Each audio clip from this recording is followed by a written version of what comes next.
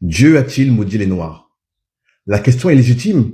Puissante nation jadis, au cœur de l'Afrique, nous avions eu des territoires incroyables, des nations comme le Mali qui étaient très avancées pour l'époque. Et aujourd'hui, le Noir est considéré comme de la merde, excusez-moi du mot, dans le monde entier, réellement.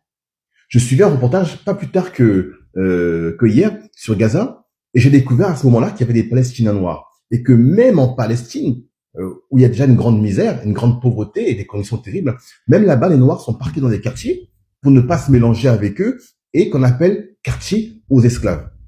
Je suis tombé des nues et je me suis posé la question, mais qu'est-ce qui nous arrive en réalité pour que chaque peuple nous considère comme du n'importe quoi?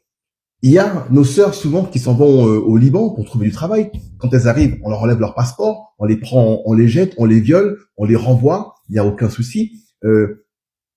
Quand tu es israélien et que tu es juif, tu es considéré comme un falacha, donc un juif de bas étage. Donc en fait, tu es d'abord noir avant d'être autre chose. Si tu es juif, tu es d'abord noir avant d'être juif. Si tu es musulman, parfois tu es d'abord noir avant d'être musulman. Puisque je sais que dans certains pays arabes, il y a des cimetières que pour les noirs. C'est-à-dire que même s'ils sont musulmans, on ne se mélange pas. Je dis pas ça pour faire de la polémique. C'est une réalité, c'est un constat. Et on se demande, mais qu'est-ce qui se passe?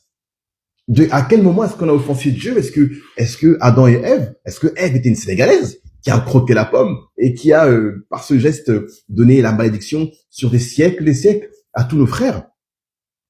Mais c'est vrai que c'est quand même terrible de voir comment on les considérait. Même les Japonais, les Chinois, ils nous considèrent comme du caca. Je vous dis la vérité.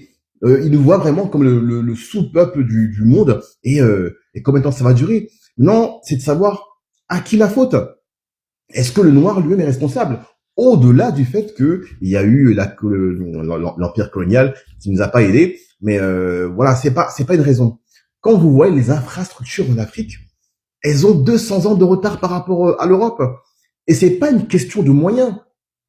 Avec peu, on peut faire beaucoup. La Chine était, il y a encore 50 ans ou 100 ans, un pays du tiers-monde.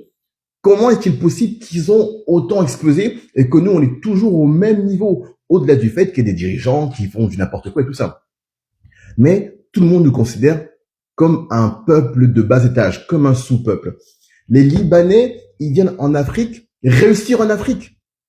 Sur notre continent, là où nous-mêmes, on n'y arrive pas. Donc, au-delà du fait qu'il y ait du colonialisme, est-ce que nous-mêmes, on n'est pas aussi un peu responsable de cette mauvaise image qu'ont les gens éternellement de nous? Les présidents qui n'assument pas, les présidents qui volent, c'est une chose. Mais regardez les images quand vous allez au Cameroun, quand vous allez dans vos pays. Les routes sont toujours sales, il y a de la poubelle partout. Je veux dire, il n'y a pas besoin d'être un pays riche pour s'organiser et faire que les villes soient propres. Jeter les poubelles à un seul endroit, par exemple. C'est nous aussi, je pense que dans notre mentalité, en tant que Noirs, on est matrixés. Et ce qui est terrible, c'est que quand vous regardez, dans n'importe quel pays qui sont gouvernés par des Noirs, il y a des problèmes. Je me suis dit, mais pourquoi cette saleté nous suit? Pourquoi on doit toujours n'avoir que cette image-là à donner aux autres? Qui va nous respecter en tant que Noirs? Il faut que maintenant, on arrête de tout le temps danser. Eh, maman, eh, dès qu'un président vient, ça danse, hein, la la la la. Eh, on a hâte de danser. Il y a du boulot maintenant. Vous allez au restaurant, les restaurants africains. Vous êtes mal accueillis. C'est dans la tête qu'on a tout perdu. Parce qu'on peut être pauvre et respectable. Mais le problème, c'est que on est pauvre et des fois, mais pas respectable. Vous allez à Sani, regardez les rues, les salons de coiffure. C'est sale, la rue quand il y a les Africains. C'est sale. Donc en fait, on ne laisse derrière nous que de la saleté. Et je parlais des restaurants africains. Mais il faut voir comment on est accueillis dans les restaurants africains. La dame, elle vient, vous voulez manger quoi? Non, il y a un peu de poisson. Vous voulez quoi? Et t'as envie de dire, attends, bonjour, bienvenue dans notre établissement, nous vous remercions d'être là, que puis-je vous servir? C'est trop dur de faire ça. Mais c'est là la différence. Donc c'est pas que la nourriture africaine, elle est pas bonne. C'est qu'on n'aime pas respecter quand on arrive dans un restaurant africain. C'est pas propre, c'est sale, vous allez en cuisine, évanouissement. Donc nous sommes nos propres meurtriers. On se tue nous-mêmes. À un moment donné, il faut qu'on se respecte aussi en tant que Noirs. Ça n'est pas que de la faute des autres.